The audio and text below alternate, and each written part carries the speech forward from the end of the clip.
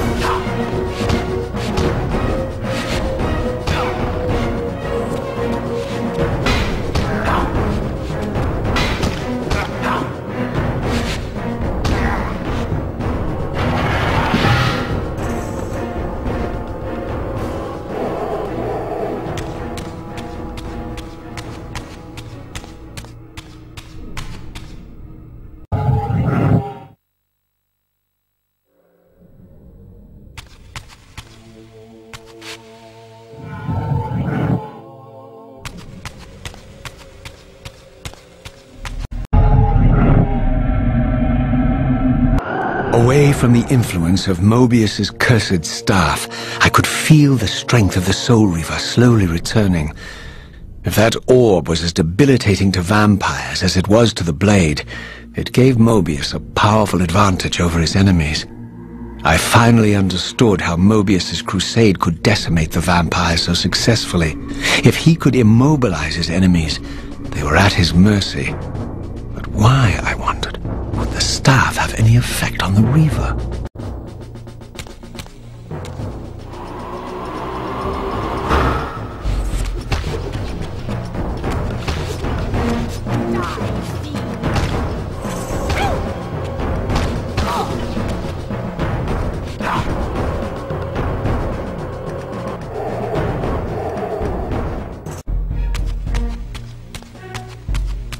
As I neared the stronghold's inner sanctum, a strange sensation crept over me. An indescribable feeling of displacement, a sense of vertigo, as reality itself appeared to warp and bend around me. The disturbance seemed to emanate from the sanctuary's furthest chapel. As I cautiously approached, the sense of dislocation intensified with each step. So this was the tomb of the beloved King William the Just, beatified here as the martyr and catalyst of Mobius's crusade. I was reminded of Kain's journey as a fledgling vampire, how Mobius coerced him to travel back in history and assassinate William, thus igniting a genocidal hatred of vampires among the citizens of Nosgoth. And here I discovered the source of the displacement. The Soul Reaver itself, laid out like a holy relic, and broken, apparently in the battle between William and Kain. I had not thought such a thing was possible, until, of course, Kain shattered the blade against me when he tried to strike me down.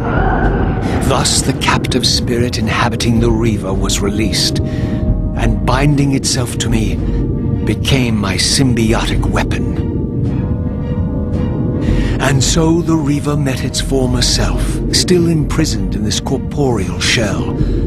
I watched, mesmerized, as the Wraith blade uncoiled itself and snaked down the length of the physical blade.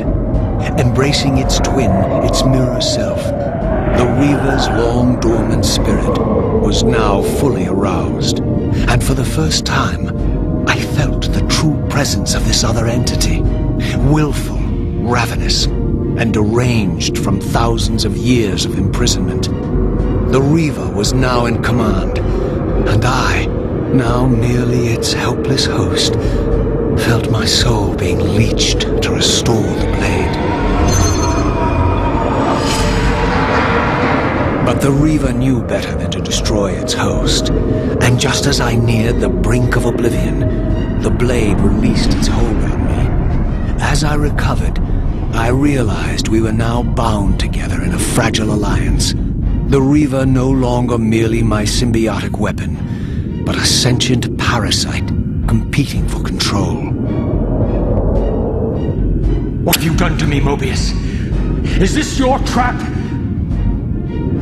How mine? Don't forget it was Kain who led you here, not I. While you curse me, the only soul in Nosgoth ready to guide and assist you, Kain laughs at our folly and revels in your dismay. These blades, now coiled in sinister embrace, have inspired terror in the hearts of creatures far more durable than you, old man. Bound together as they are, I can only imagine what they could do to your soul's fragile shell. Raziel, I beg you to stay your hand. This was none of my doing. I have sought only to aid you in your righteous quest. Why, you're trembling, Mobius. Has your confidence abandoned you? You seem to have made a fatal error by leaving your precious staff behind. Is that where all your courage comes from? Listen to me, Raziel. You don't know what you're doing. I have taken an enormous risk by appearing here before you, so defenseless, yet eager to prove my good intentions. If there's anything left of the Seraphim in you, you won't do this. While you threaten me, your true enemy eludes you. Don't concern yourself with Kain, old man. He'll join you in hell soon enough. As you said, death comes for us all. Yes, the wheel of fate demands it. What did you say? The wheel of fate. The inexorable cycle of death and rebirth to which all men are compelled. We serve the same God, Raziel. To strike me down would be striking God's own attendant. And I don't believe even you would take that risk.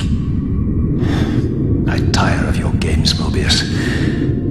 Now that I know you fear me, I needn't concern myself with you. Kain is waiting for me. Go then, Raziel. Seek Kain out and destroy him in the name of the one God we both serve. You, who were once a Seraphim priest, murdered, profaned, destroyed, and reborn again from his mercy, you are now most powerfully equipped to be his agent, his instrument of restoration and retribution. My own vengeance is motivation enough.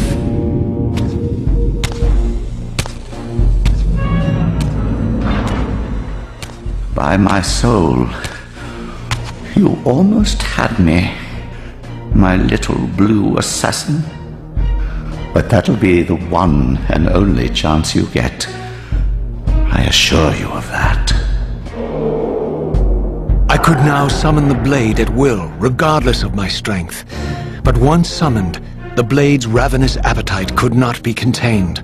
It devoured the souls of its victims, and if I allowed it to become over-aroused, the Reaver would now turn its hunger on me.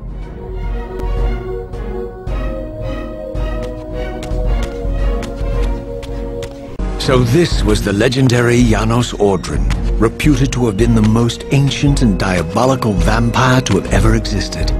According to folklore, he lived high in the cliffs of Nosgoth's northern mountains and preyed mercilessly on the defenseless villagers below.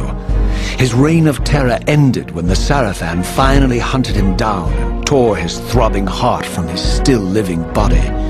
This relic came to be known as the Heart of Darkness, and was supposedly imbued with the power to restore vampiric unlife. The Seraphim therefore guarded it carefully, lest the heart fall into the hands of their enemies. But I wondered, could Janos Audrin truly have been as monstrous as depicted here? Or was this merely artistic license by the Seraphim, who sought to lionize themselves by demonizing their darkest enemy?